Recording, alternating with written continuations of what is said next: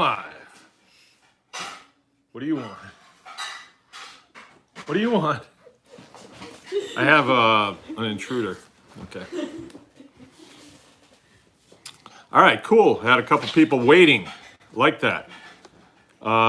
Wednesday night. What is today? The 21st, probably. Yeah, today is the 21st. I remember the 22nd is when my windows are coming in. And also there's another presidential debate. I don't know what time it's going to be, probably 9 o'clock. But Wednesday night is our customary question and answer. And this is the night when I get Jill here helping me. And she's kind of tired tonight. So I don't think we're going to go much over the prescribed time. We're going to try and keep it. And so from the onset, if I could remind you that questions need to be, it's helpful if they're in capital letters so we know that they're questions. And if you want Jill to answer some questions, by all means, just preface it to Jill. And she's more than willing to answer questions. She's the extraordinaire on human health. So, questions should be directed to her and other things too. Herbal remedies, tinctures. She's a soap maker sometimes. Pretty good cook. Stitcher of wounds. She's got a lot of experience. Also the mother of 7 children too. So 8 children, I mean. So a lot of experience there in that little frame. Nice day here in northern Michigan, starting about 3 o'clock in the afternoon. Before then it was rainy and cold, but then it cleared and the sun came out and actually had big plans today. You know, I was going to finish up a job and get my tools moved over here for tomorrow. Well, it kind of got obliterated because I had a guy that needed to go fishing, so we went fishing. We just took off at about 3 o'clock and went fishing. Nice, you can do that. So he needed that. And that's what I'm needing to be doing. So I didn't get finished up what I wanted to do. And turns out I forgot, but I have to butcher a sheep tomorrow. So that's going to be my first order of business in the morning. And, got to do what you got to do. But it's supposed to be rainy tomorrow, so I probably wouldn't be pulling the windows out of the house because where I would be working is right where the water drips off the roof. So it would probably not work. That's okay. I'll get the windows. I'll get them home. And Saturday is supposed to be a pretty nice day. It's supposed to be actually sunny and about 50. So that'd be a good day for doing windows. So I'm good with that. Lots of fun today. What I did do, worked on my little shed and got almost all of the shingles on, and I've got it about 89% trimmed, and I am going to finish that up tomorrow because butchering a sheep is not going to take me very long. Actually, all I have to really do is get it shot and bled, and then I will put one of my best men on skinning it, and then I'll swoop in at the last moment and get it eviscerated, and then let it cool off for a couple hours, and then we'll have, it's buffering, huh? Not on this end, it's not. Huh. Usually when it's buffering, I can see it, but I do not see it. All right, Mary's in the house.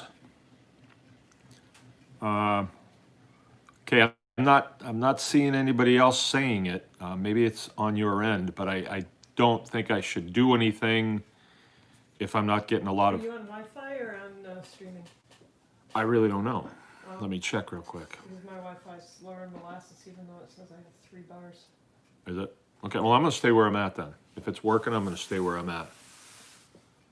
Hi from Arizona, Dave Smith. H-I-G-H, hi? Yeah. You having a little doob out there in Arizona? All right, I am, okay, I have a little business to conduct I want to fill up the class, the Homestead Hog Harvest class that's going to be out on Beaver Island. Beaver Island is, okay, Mary, thanks, I got it. Beaver Island is off the coast of Charlevoix, Michigan, and it's about a 2-hour ride by ferry and about 20 minutes by airplane. We're going to be going out on the ferry because we have to haul out a bunch of our equipment, and it's cheaper. It's cheaper to go on the ferry. So we have 6 people in the class so far. I would like to have at least 9. The class is going to go with 6, but I would like to have at least 9, maximum of 12 in that class. So if you're interested in another Homestead Hog Harvest class in November, go to flattailfarm.com. Flattailfurs.com. That's their website. It's a fox farm is what they do. And check and see what the dates are, and you can do some coordination with the proprietors for hotel rooms and stuff like that. There's a lot of scheduling involved getting out there, but the host, when we do a Homestead Hog Harvest class on the road, the host farm can set the price for the class. So they've set the class quite low because they know people have to get out there and then they have to get a hotel room. So they've set it quite low. And you know, that's an advantage if you want to take advantage of. And they got a really nice place, and Beaver Island is really cool. It's really an experience. I've never been there, to be honest with you, in November, so I don't know how that's going to be. When we go, it's usually in the summertime, and the water is crystal clear, beautiful sand. I mean, people are friendly. It's Brittany's going to be coming out next year. You're going to be coming here probably. And any differences from MFin? No, not in the class at all. It's going to be 2 pigs that came from here, and we're going to conduct the class exactly the same as we always do. So we're going to start.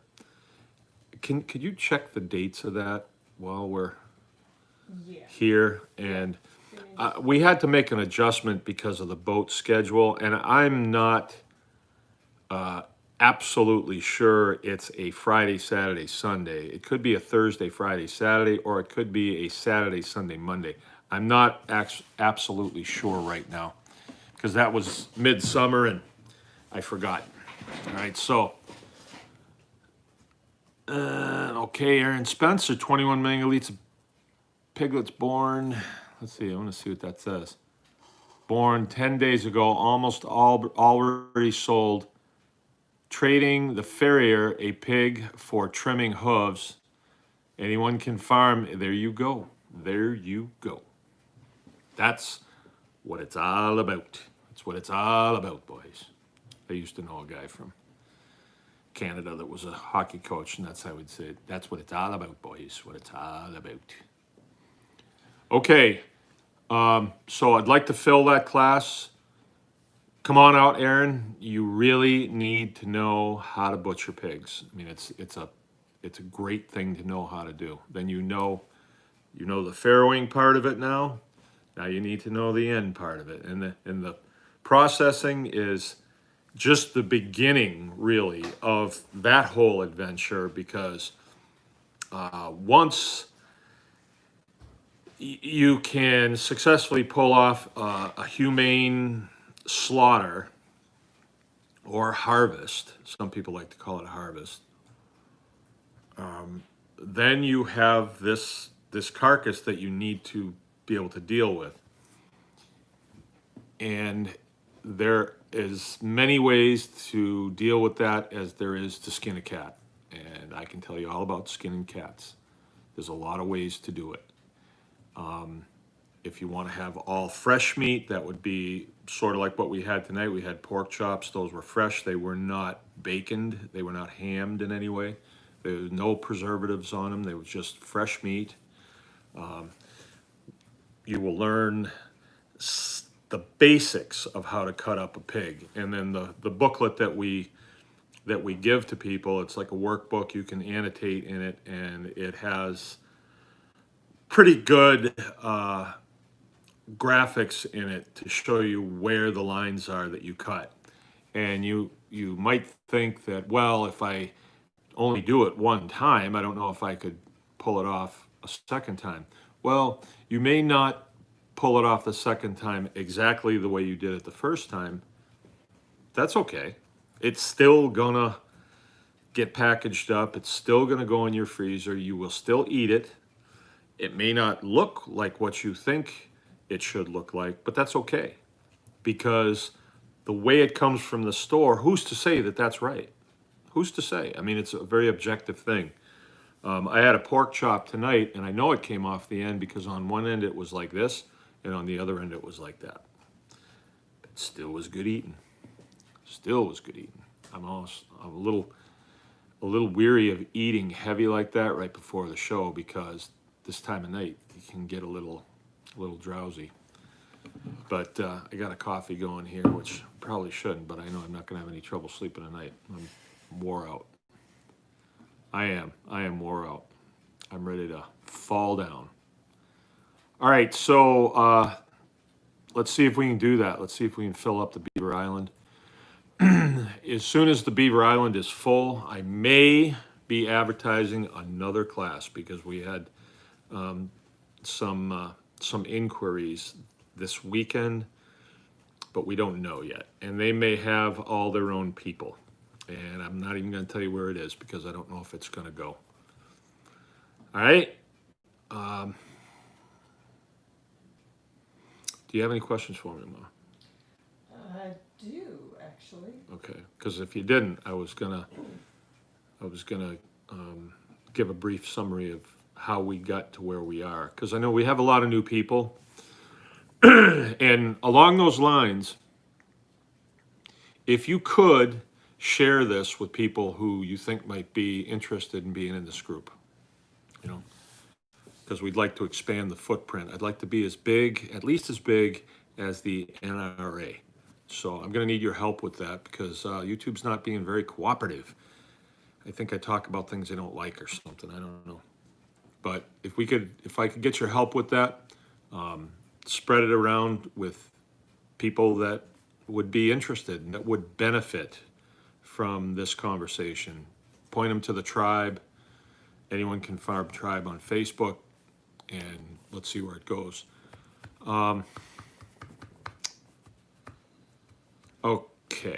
Okay, yeah, real quick. Jill and I have been on this place with our family for 16 years, and I am in northern Michigan, northern lower Michigan. I'm not in the upper peninsula, I'm below the bridge. If you know people from Michigan, they'll always go, well, I'm from here, and that's where we are. Michigan looks like a mitten, right? And we're right about here. Well, maybe a little higher, right? Right about up here, right? So we're in a place where we get quite a bit of snow, and it gets cold in the wintertime. And somebody asked me the other night, have I ever thought about moving south? There's a lot of things that I don't deal with here that in the southern part of the United States you have to deal with. Like, I used to do training deployments to Florida. I don't like being someplace where there's scorpions and rattlesnakes and stuff like that. I don't like that. Walking in the woods thinking you're going to get bit by a rattlesnake. Don't like that. Or alligators. No, don't really like. I could deal with alligators, but snakes, no, not the poisonous kind. And I did get bit by what figure was a scorpion. I got bit on my little finger. I didn't see what bit me, but I was on a training deployment, and I was in classroom, right? So we got up from where we were and we went to a classroom, and my hand started at my finger, and my hand was numb. And I knew something was wrong because I could feel it creeping, and I could scratched my hand and I didn't get anything. And so I said, hey, I think I got a problem. And I told one of the instructors, and they said, oh, you need to go to the infirmary. So I went to the infirmary, and somebody rushed me to the hospital in a pickup truck. And I got to spend the night wearing clean clothes and being served food in bed with a TV with kind of pretty nurses, as I remember it. And the next day, they gave me Benadryl, actually, to fix it up. And the next day, they said, well, we're going to release you back to duty. I said, I don't know. I don't feel that good. Yeah, right. So anyway, it was like a 20-day deployment, and I only had to spend 19 of it in the camp, so it was nice. But I don't like getting bit by stuff like that, or, spiders that bite. I don't like all that stuff. So I'm staying here. We avoid a lot of that with the cold weather. And you have to be a pretty dedicated person to live in the perimeter where it's like this, in the wintertime. So it moves a lot of people out. They seek warmer weather. So let them go. Jill and I have been here for 16 years. We got here in '04 after I retired from the Air Force. I went 20. We did quite a bit of moving around, and Jill's folks are from here, so we picked this. We used to come here while we were on leave, and like it here. I like the Four Seasons. I'm originally from Massachusetts in New England, and it's very much like this, same type of trees and same type of woods. This is nice because we have the lakes, big lakes. We're close to Lake Michigan, and we go there as much as we can. Jill and I were out there Saturday. We had a consulting out that way, a consulting job, and it was very windy, so we thought we'd go out to the lake and watch the waves hitting the shore, and that's impressive. But it was cold, so it wasn't as much fun as it would be if it was summertime. But in the summertime, it's beautiful swimming.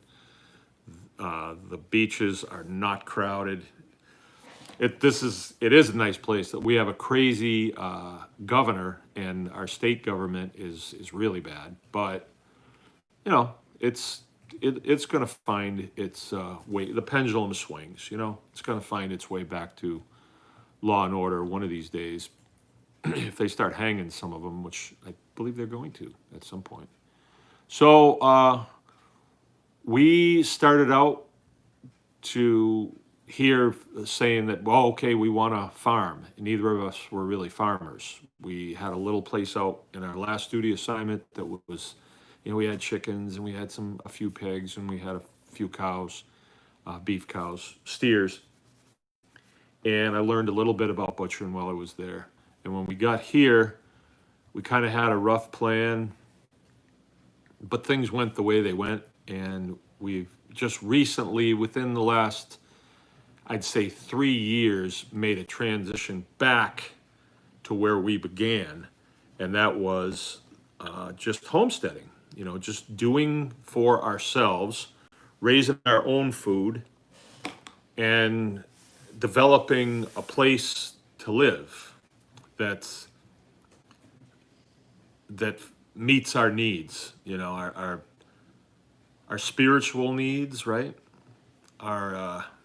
Because it really does. If we lived in town, we'd be leaving town all the time. So why would we want to live in town? We did live in town for a while, not here, but when we were first married, and we were always leaving. Like, don't want to live here.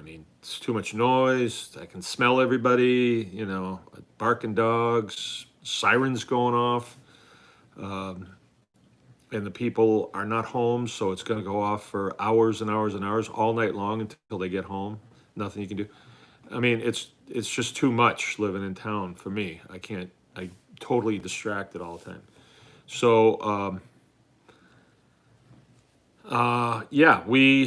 this place fulfills our need. We grow all of our food. This is where we hang out, and this is where we entertain. We try to have as many things here as we can that we like to do. Like today, when I knocked off work, me and Frank, my youngest, went right down to our own pond that we dug. We dug it years ago, and I'm getting ready to dig it again. I want to make it a lot bigger. And we should all just have a Zoom meeting. Yeah, we could do that. We could do that. I wonder how that would be. But anyway, so we've kind of gone the route of commercial farming where your goal is dollars, and then you think, I'm going to make a lot of dollars, and then I'm going to make all these things happen. A lot of people have that idea, right? And some people make it work, but I see people sacrificing a lot of their life to make that happen. This route, the homesteading route, as we spoke about last night, you learn. You have to be willing, but you have to be learning to fix things, build things, and grow things. I got that from Salatin yesterday. I listened to one of his podcasts. Really excellent. That's the guy to listen to. I jumped around and I listened to a bunch of, and he's the guy to listen to, I believe. For me, anyway. And so we're back in this model, and don't think for a minute that we don't make money. We do. We just don't do restaurants. We don't do retail stores, but we still have our friends that we sell to. And now we have time to become friends with people who we're selling to, and then it's a good relationship because if somebody's providing you with food or live animals, I mean, it's a patronage is what it is. It's a deeper relationship than if we just met at a bar, I don't know. There's common ground because usually the people that we're selling to, there's common ground because they're wanting to get where we are in the homestead, maybe. They someday are going to have a homestead, or they have health issues and they have to get better food, or they want to lose weight, so they need better food. And, we're all about that too. Jill is spending a lot of her time working on the Ayurvedic Abundant Life program. So she's learning all the time. And that the difference, what I learned from Salatin today, because I listened to another one of his things, he gave a speech at the Homesteaders of America in 2018. And I highly recommend that. I'm going to listen to it again because he cruises over a lot of ground, but you can tell when he wants to make a point, and he's a thinker, and not that he's just a thinker. I've been to his farm, all right, so he is really doing what he's talking about. He isn't a keyboard ninja that has all the answers because they're on the computer all the time, but has never done it. This is a guy that's actually done it. And so in my book, that's the guy I want to listen to. If you do the thing, you will have the power. If you don't do the thing, you won't have the power. So he speaks with authority because he's done it. And I think maybe people think that I do too, but it comes from doing the thing. And, hey, we can always be learning. And he's a good guy to learn from. He's really helped us out quite a bit. And I don't mean personally or anything. I've never... I ate dinner with him a couple of times, but it's just because we were both speaking at the same conference. It's not like he asked me out for dinner or anything. And we happened to be sitting close, and he was interested in what I was doing, and I was certainly interested in what he had to say. So, and then the last time I saw him was at the Rogue Food Conference, and we were in a group, but I got to spend time with him and shake hands with him and stuff and talk to him. He's a good guy. and really going places with this. He's really, there's certain people that you come across in your life, and you can see that they've made a big splash in the pond. Look at that. Tile setter. Thanks for the $49.99. Finally got back to live chat. I'll be calling soon to buy a few of your little pigs. How soon will they be ready? Depends if you want breedable ones or you want just feeders. Feeders are castrated males. Okay, so they're not breedable. And I'm going to be doing that here pretty quick. Like maybe next week, So definitely, let me know what you want to do. There's some nice breeding animals in there. Unfortunately, you'd have to, unless you wanted to, possibly, you don't want to breed litter mates. I mean, if it happens, it happens, but I don't think you want to intentionally do it. So you could get a boar or a sow or a gilt, and then match it up with something closer to home or that you can find from, like Erin's got some that she's selling too, but you'd have to go out to California for that, unless she moves to Michigan. All right, so where was I? I listened to, I was listening to, I forget where I was. Can anybody tell me where I was? How about that? Isn't that something? As soon as somebody flashes money in my face, But anyway, Jill and I are on the homestead path. Okay, we're on the homestead path now, and I believe this is where we're going to stay. We can always, sell stuff off the farm. We're just not doing restaurants and retail stores, because in lieu of that, we get to sell like retail to everybody. We don't have to do the wholesale thing to restaurants. And restaurants are really finicky. They want it on Thursday afternoon at this time, and they only want these cuts. Where, with our homestead partner friends, we sell wholes, halves. We'll let them pick through the freezer and take what they want, of course, but they're a lot easier to deal with. A restaurant has certain things that they want because they have a menu, and then they have certain cooks that can cook certain things, so they can be a bit finicky. Retail stores, they're okay, but you always got to discount everything because they have to put their 33% on it, and so it's tough. And then you have seasonal issues and all that. Plus, you have to have licensing because they have licenses. So you have to be licensed through Department of Agriculture, and I don't want to do that. I just don't want to. I don't need to. I mean, it's just a hassle, and it serves me nothing. So I've decided to go this route, and it's going pretty good. Actually, very good. And I went into that a little bit last night. We can hone our skills. We can develop new skills. We can develop new techniques, and we can really diversify our operation this way. The way I was doing it before, I was doing I was seasonal, but I was doing tons of pastured poultry. We were in the shop butchering our own poultry 3 or 4 days a week, and it was kind of too much. And then the other days we're on the road delivering it to retail and restaurants. It's okay, but you really get sick of doing one thing. It's nicer, I think, if you can have a smattering of things. That's kind of me, I just like that. I like to do different things. I don't like to stay with one thing for too long.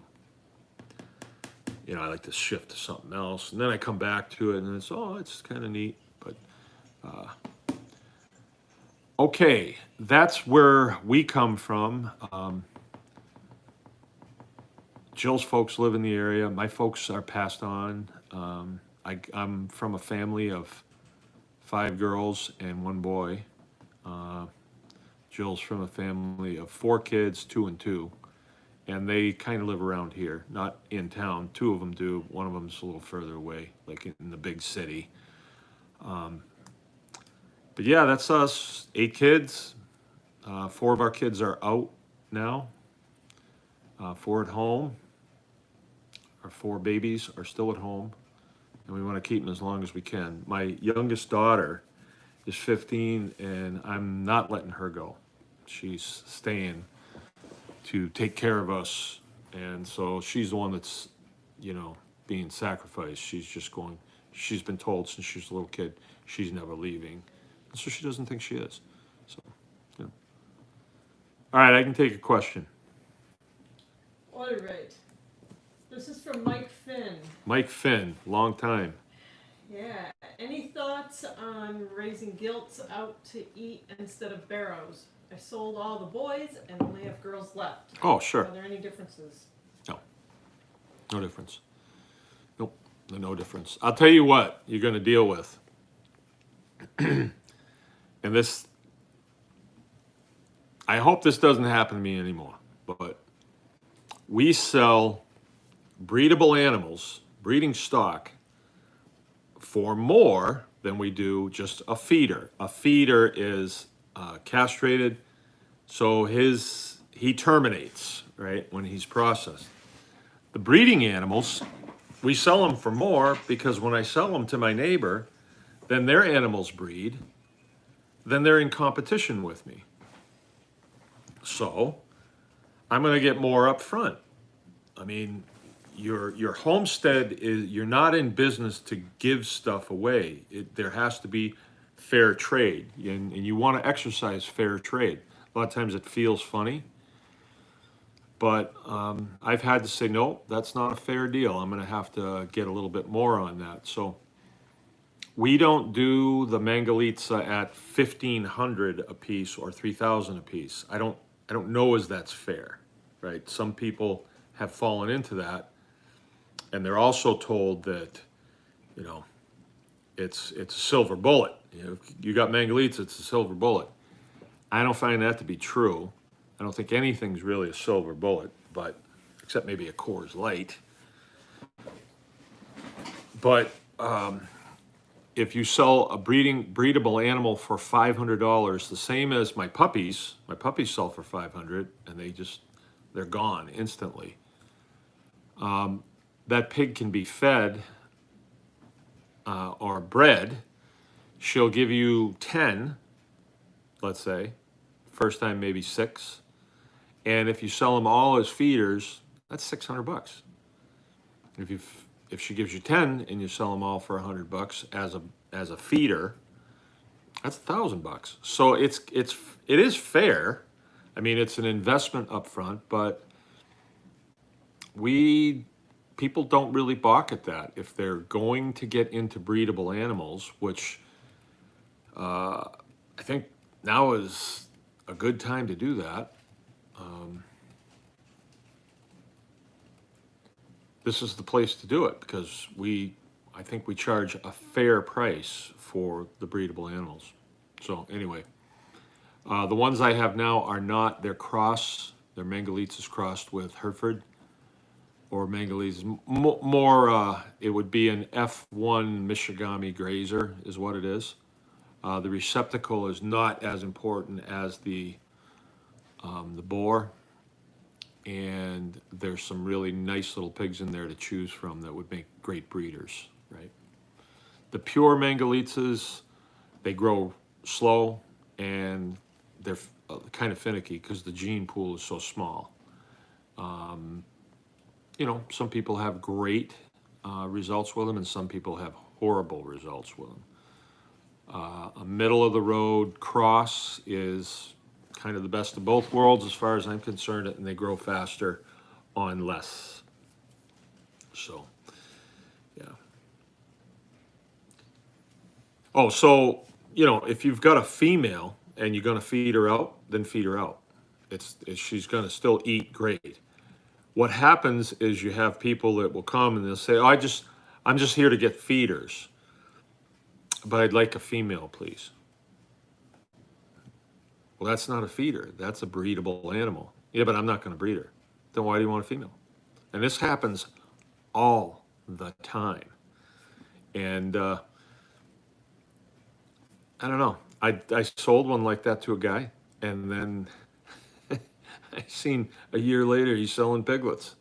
And he told me he wasn't going to breed it. I don't know. Whatever. Okay, so I'll take the next question, if there is another question. If not, I'll just sign off. Can we get some thumbs up here? We've got 2,300 people on and only 1,700 thumbs up. So can we just really rack up the thumbs up? Just turn that baby blue.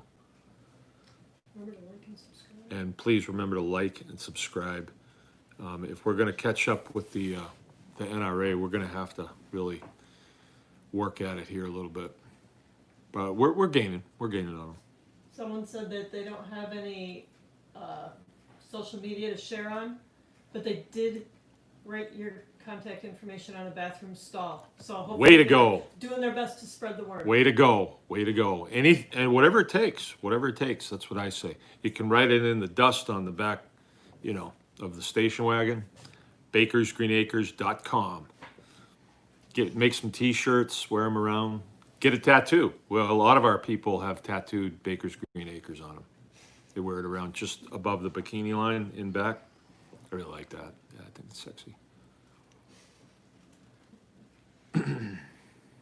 Oh, I got word yesterday. The tomahawks. A lot of you weren't around when this was talked about, but we have a friend that's quite able-bodied. He's a machinist, and he was able to get some tomahawk handles engraved with a laser etcher with the 10 Commandments written on a tomahawk.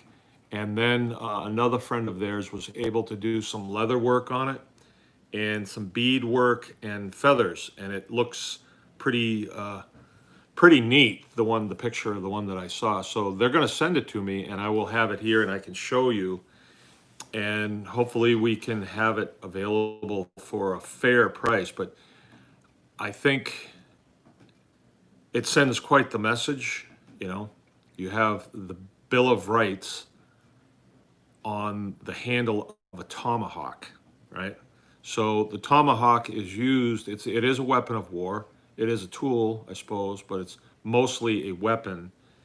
And I was listening to a podcast today of actually a talk that I gave at the Rogue Food Conference, and a gal was talking to me afterwards, giving an interview, and she says, well, I've done everything right. I follow the Constitution. And I said, well, you're missing it, because the Constitution isn't really for you to follow. The Constitution is your protection. How's it look? Okay. Looks like I'm back. All right. Looks good on this end. All right. All right. So those tomahawks we should be able to show those to you. And I think the idea of printing it on a weapon like that is to be an offensive posture against those that seem to want to take our constitutional rights away from us. And in the farming business, we've taken a beating, but the more stories that I hear of people taking a beating, it's because they don't know that they have rights. They just don't know. And it's also like if I handed you a tomahawk and said, okay, you go after that guy, use it on him, right? Or no, let's not do that. Let's say I want you to use it in a training exercise offensively with a tomahawk. Well, the first time that you went out there with it, you wouldn't do too well because it's your first time. And when we get into the farming business, and then all of a sudden, bang, you've got somebody at your door banging on your door, and they want to know what you're doing, and they're asking you questions, and then, and you've never been down that road. You don't know when to speak, when to keep your mouth shut. So the the nature of the offensive stance with the tomahawk in hand is to say, how do I use this tool? How do I use my constitutional rights? The US Constitution is what they can't do to you. It restrains them, right? The people that we pay our taxes to, and we hope that they spend it wisely. Oh, yeah, right. Their job has been to gain power, and they've gained a lot of power, and now we're reversing that process right now where they are losing their power. That's why you see them, they're just making Halloween. Can't have Halloween. No more gathering, more than 10 people. Can't do that. You got to wear a mask. It's ridiculous what's going on. And it's because their power is being taken away from them. This administration, they are not politicians, but they know how things work and how they're supposed to work in this country. And what we are seeing right now is return to rule of law. And that means our government has to abide by the Constitution of the United States. What a concept. What a concept, right? Right now, though, if you have a rogue, let's say rogue sheriff that's doing things, how do you get at him? How do you get at him? You really can't, because they have their own little club up there. You would have to go through the prosecutor that would have to go after him. Well, that's not going to happen because they have a relationship. They're working together, unless that sheriff has done something to a prosecutor or vice versa. It very rarely happens.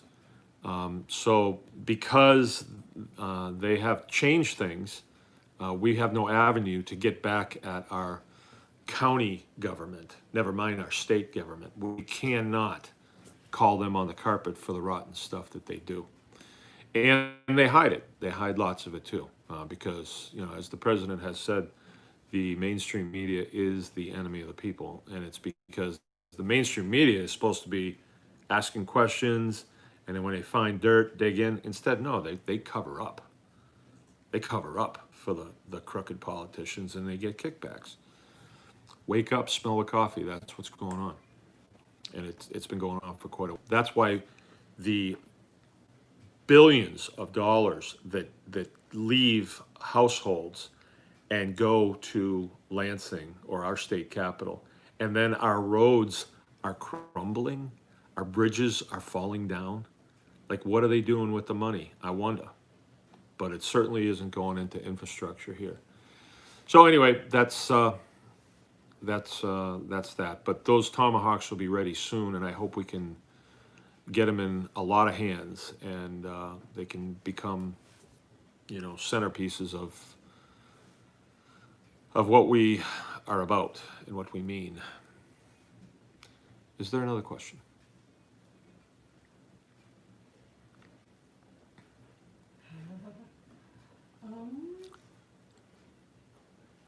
They certainly cover up the Hunter Biden Yeah. laptop story, that's for sure. Yeah, and you know what? I really have a duty to bring that to your attention because, as you know, I follow intelligence services pretty closely, and when things come up, I usually get it first, like the Hunter Biden situation. It's really a really bad situation. Really bad situation. The FBI has had possession of that laptop for a year, but they sat on it, and it should have been given to Congress in the midst of the impeachment hearings, because then there would have been no impeachment hearings. But the FBI sat on it, so they're an intelligence agency, but they're so highly politicized, we really can't trust them anymore. Like, they send a whole bunch of guys to Michigan to find out who's gonna kidnap, chlamydia face there,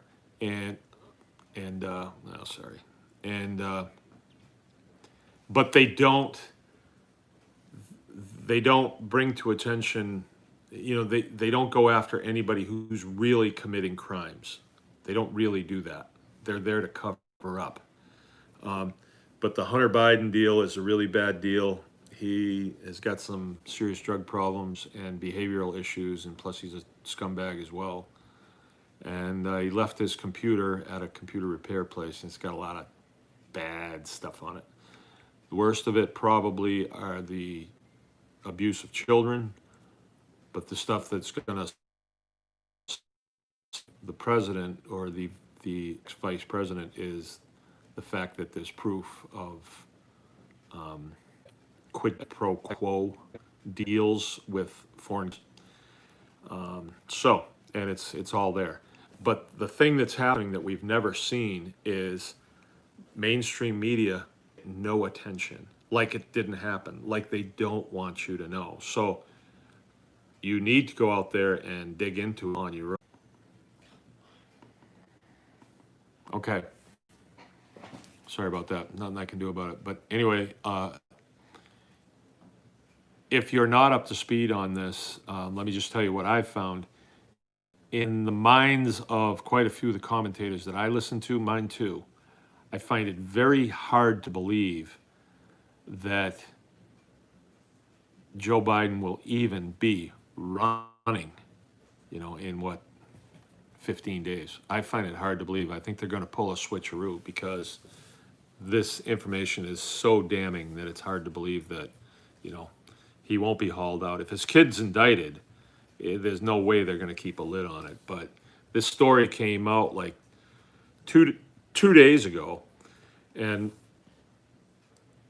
he hasn't been seen since it came out because he keeps getting asked questions about it, and they haven't denied it. They haven't denied that the emails on the laptop are not theirs, and they really can't because it's rock solid that it is Hunter Biden's, and it's kind of questionable why Hunter did that.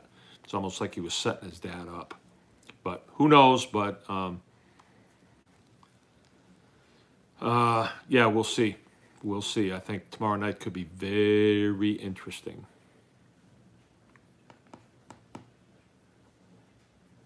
Any questions, Mom? No. If you guys have any questions for me or Jill or any subjects we'd like to talk about, we have a pretty good crowd. People drop off when we talk politics. I see that pretty quick. We can talk switch with who? I think it's going to be Hillary. Who else can go up against him? Who else has the recognition? Who would it be? Kamala? That's not going to work. But why did they have Biden there in the first place? I mean, what is the rationale here? This doesn't really make a lot of sense. But for a long time now, we've been told by Intel, relax, you're watching a movie. Michelle, I don't know. I think as distasteful as people find, yeah, possibly, like people find Hillary very distasteful and Harris really distasteful. Really bad. But people do like Michelle. I don't. I've never been able to really look at her. I just see something that I just don't like. I don't know what it is. I mean, it always bothered me seeing the little fella in the White House, but her disrespect for the whole system has, the system's not perfect, but that doesn't help by disrespecting the system the way she does it. She's very, disrespectful, and I don't think she's very authentic. I don't even know if she's really who she says she is. I don't remember ever, people saying that other first ladies were not who they say they were. I don't remember that in my lifetime. And I think there's an awful lot of evidence that she might go by another name, if you know what I mean. I don't know. But I don't think she's going to be appointed. She's not that caliber of person, but we'll see. We will see. Things are changing very quickly. I know people, and I've listened to commentary that the whole thing is a scam. Even, the Make America Great and all that is a scam. I've heard that. And there's a lot of people buy into it. I have to go off of when I listen to Trump, not so much at the rallies, but when he's talking with small groups of his own people, like when he was talking to the New York City Police Department when they endorsed him. And if you don't know, New York City Police Department is a huge department and extremely sophisticated, right? Extremely. They have everything that the FBI has. They have more than the FBI has. Because it's such a huge city, it's like a country on its own. And they endorsed him, and when he was talking with them, he was just being how he would be with his family, it seemed to me. He was with his own people. And that's the guy. When he gets out there in middle America and he has to really ham it up, he's partly trolling the left. I don't know as he's being brash on purpose. I don't think that's really who he is. But anyway, they've done a lot of good things, the administration has. And the fact that they're bringing so much of these dirtbags to light, it's about time. Look at all the TV shows that are just gone, right? What, because of COVID? I don't think so. But a lot of them are gone. A lot of the real dirtbags are gonzo. So we'll see. I'm still optimistic, and that comes from my gut. That doesn't come from what I'm seeing. It's just from my gut. I feel optimistic because good always triumphs over evil. Always. What we've been going through as a country started with the assassination of JFK. That's when it really turned on. That's when it really, the side said, no, we're going to dominate. And the side that did that has dominated since then. And I think there's been a big plan in place. And, it's a very sophisticated plan to dry up and I really can't say the left. I have to say they operate mostly within the left, but they're going to dry up the criminal element that has been infecting this country with a sour, sick mentality that none of it's consistent with us as homesteaders. I don't think. I really don't. I think there's a lot of deception out there. And I've said to you before, a lot of times, it feels like we're in an upside down world. And, YouTube's a fairly new thing. But in the last couple of years, a lot of us have gone to YouTube for commentary about what's going on. And YouTube went through and they canned a whole bunch of big channels.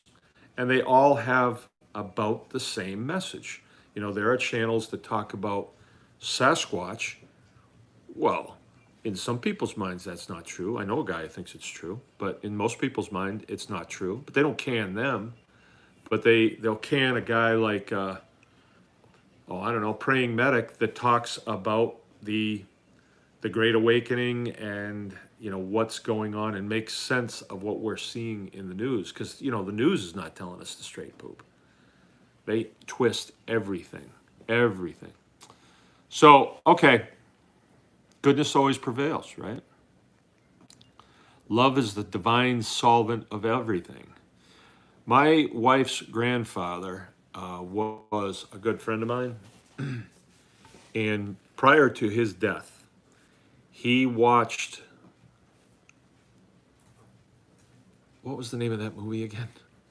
Secondhand Lions with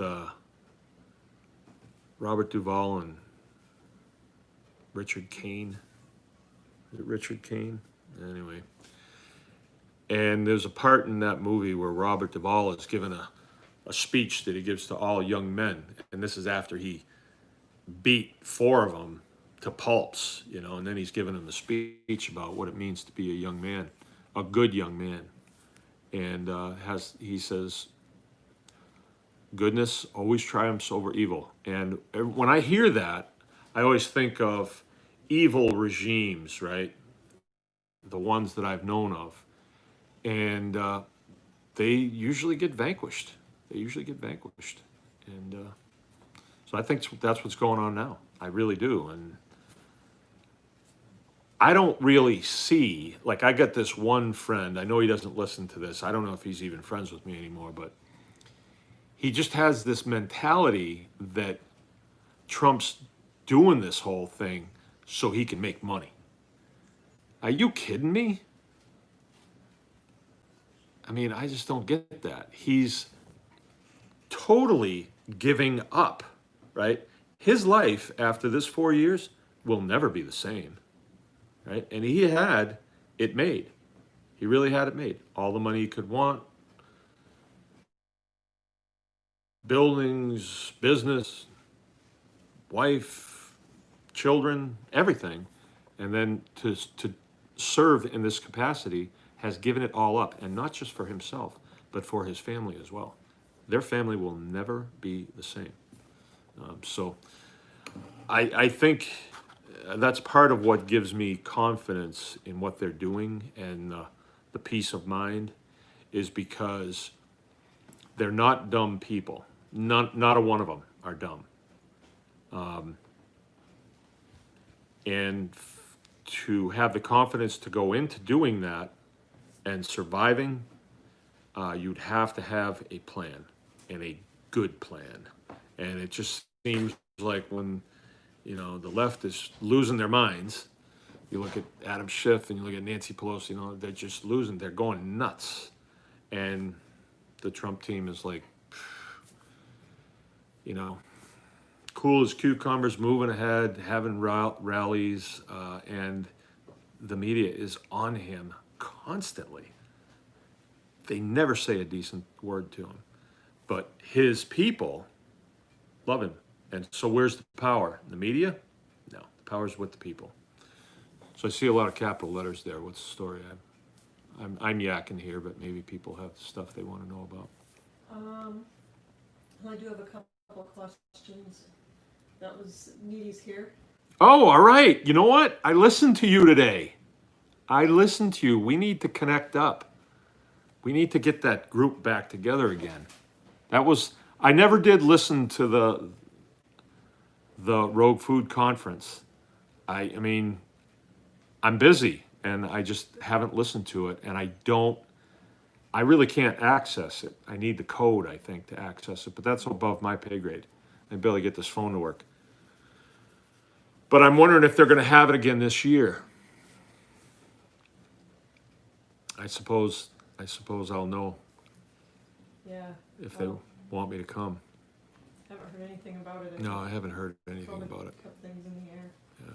Oh, not this year, Needy said. Too bad. We could have it at my house.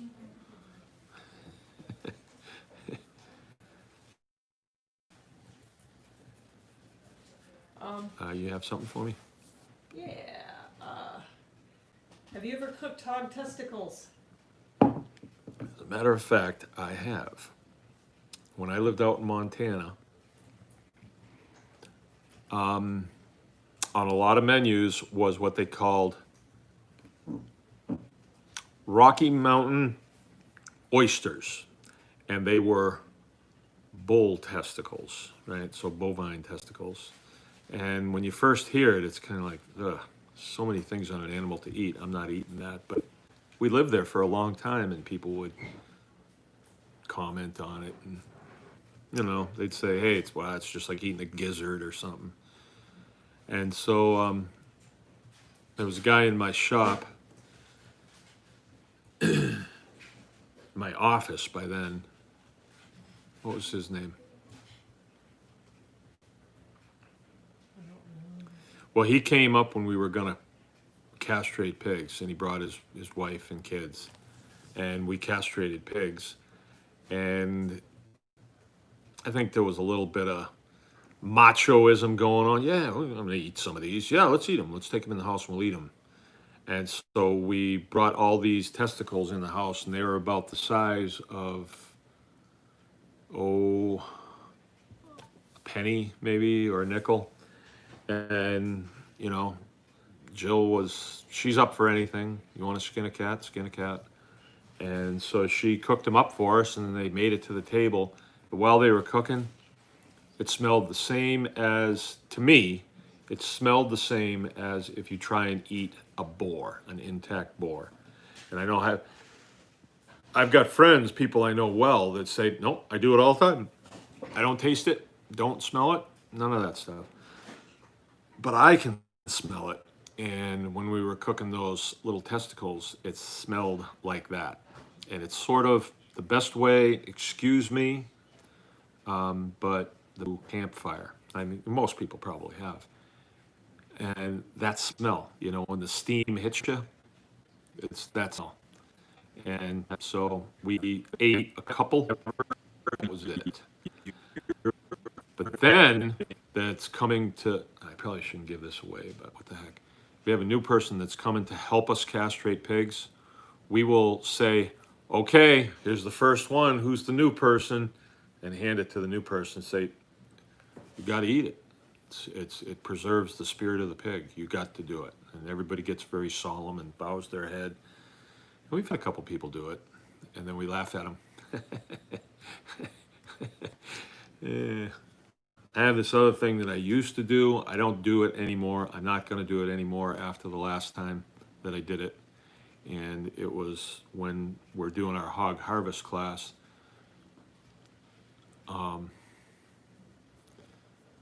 I usually ask about the time the animal's hanging up and we're going to eviscerate it. You know, we're going to make the cut down the belly and open it up and drop the guts out. I will ask for a volunteer, and I'll go into why it's not a good idea to perforate the intestine where it comes out, you know, the butthole. And I'll say, so, okay, so I need a volunteer, and someone, inevitably there's somebody that wants to be a hero and they step forward. Yes, what can I do, sir? And I'll say, okay, just insert your finger down into the anus of the pig. And they're kind of focusing on it, and they're hearing what I'm asking them to do. And everybody else is kind of like looking at each other, and somebody's getting in position with a camera. And when they get their finger right down into the pig's butt, we say, okay, turn around and smile for the camera. Well, we did that at not the last class I did, but it was one of the last times that I did that, and there was this really fiery redheaded female there, and she was about 25, and she didn't take it very well. She had a knife in one hand too, and I said, I'm not going to do that anymore. That could be dangerous. So I've sworn off that. Yeah, it kind of ruined the class for her. She was always looking at me sideways after that, but so I won't be doing that. Unless I might do it to Lone Star. All right, any other questions? Is there any waste left after hog harvest? Leftover bones and such? Bones, no, because we are big into bone broth, so none of that stuff goes to waste. About the only thing, and it's hard to even really call it waste, would be the hair. Our pigs are pretty furry, and so we scrape that off on day one. But as I'm scraping it off, or as you guys are scraping it off, I'm raking it up to get it off of the stones. And we don't do anything with that other than put it into the compost pile. And it doesn't go to waste in the compost pile. Nothing goes to waste. Typically, we haven't done anything with the intestines. One year we tried flushing them out to see what that looked like. And there's another step that's involved, and it requires that they sit for 24 hours, and then they have to be scraped. And I have to research that because I would like to do that. You know, I hate wasting that. But there again, it doesn't really go to waste, because that can go in with the chickens, and they will make its protein, and it's legitimate protein. So they will, you know, they'll take everything, they'll take it apart, and they'll eat it all. The stomach, one year we if you can picture a stomach, and then there's an outlet and an inlet, and then you slit right from one to the other, and you can turn the whole thing inside out, hose it off, then you turn it back inside, and again, you let it sit for 24 hours, and you can scrape, and a lot of that stuff from the inside comes off, and it looks like AstroTurf on the inside, or a little longer than that. It's a little like that long. And once that's scraped off, then you can use the stomach as a vessel to put things in, and then you can sew it up and cure stuff in it. There again, I mean, we have not done that. That was done in one of the classes. I had a guy here that wanted to do that, and so he kind of headed it up. But I don't know that. I don't know that whole thing. But you know, I mean, I hope somebody comes that knows something that they want to try. We had a guy. I know I've told about this guy, but this guy was way different than anybody I'd met. This is the guy that wound up in jail when he was 16. His parents too, because he hacked into the Air Force's computer system, right? And then when he was 18, they hired him. And then at 24, he sold the company. He worked for them for a few years, then he started his own company, then he sold the company. And when I met him, he was rolling his own, making his own beer, and just going and learning how to do stuff. Heard about the hog harvest and wanted to come and do it. And he was the guy that had this thing he wanted to make, and he had not done it, but he had read about it, and him and I actually did it. But it's where we skun the head, left the nose on, and then you put the ears inside the head. You put a bunch of pieces of meat from the jowls in there, cut in strips, and then we trussed the whole thing together and put a cure in it, and then shrunk or cryovac'd it down, and then and him and I split that. He took his piece with him, and the other piece was here, and we ate it. It was pretty good. It's pretty good. Looked neat too. Next question. That's it. That's it? That's All right, you guys. Needy It's said she would love to come. who? Needy, if you did a conference here, Yeah. kind of get together here. You know, maybe that's what I am preparing for, because I feel like I'm preparing for something, you know? I don't know.